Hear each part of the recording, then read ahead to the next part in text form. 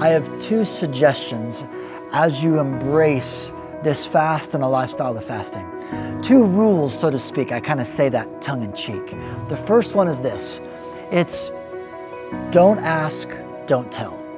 What do I mean by that? Specifically what I mean is don't share the details of your fasting with somebody else. Sure, maybe your spouse or a friend, but don't make it a big deal. Especially on corporate fasts. We all know that we're fasting when we're doing something together like that, but we want to get into that spirit of fasting in secret before the Lord. We don't want, if somebody asks us, be like, no, it doesn't really matter how I'm fasting. It doesn't, that's the point isn't being successful in how we're fasting. The point is that heart exchange of declaring God as our greater food in the midst of a fast. So the first quote unquote rule is, don't ask someone their details and don't tell someone. I mean, in large measure. Here's the second rule. The second one is this. Don't confess to someone that you broke your fast. If you didn't finish your fast in the way that you intended, or if you kind of let go for a moment, you kind of didn't follow through in the way that you originally intended, maybe in the middle of your fast, don't go to confess it to someone as if it was sin, because it's not sin. The point of fasting is not the successful completion of how you originally intended to follow through. The point of the fast is that heart engagement. Hit delete and press on.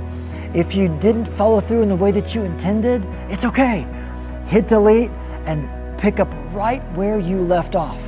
And don't confess it to somebody else, because it might cause them to waver in a way that you wouldn't intend for them to waver. But the big point is you don't need to confess it, because it's not sin, and because you don't have to end your fast if you had a moment of weakness or something like that. Because here's one of the real gifts of fasting. We're saying no to food, which is good, over and over and over again. And if we blow it, it's not sin. And then what's beautiful is we can still lean into the Lord, expressing our hunger and His satisfaction the next moment, the next day. It's really okay. We can pick up where we left off. This doesn't have to be an all or nothing reality. If you hit a speed bump on your fast, get over it, hit delete, press on in the Lord, and know that He is with you and for you, and His reward.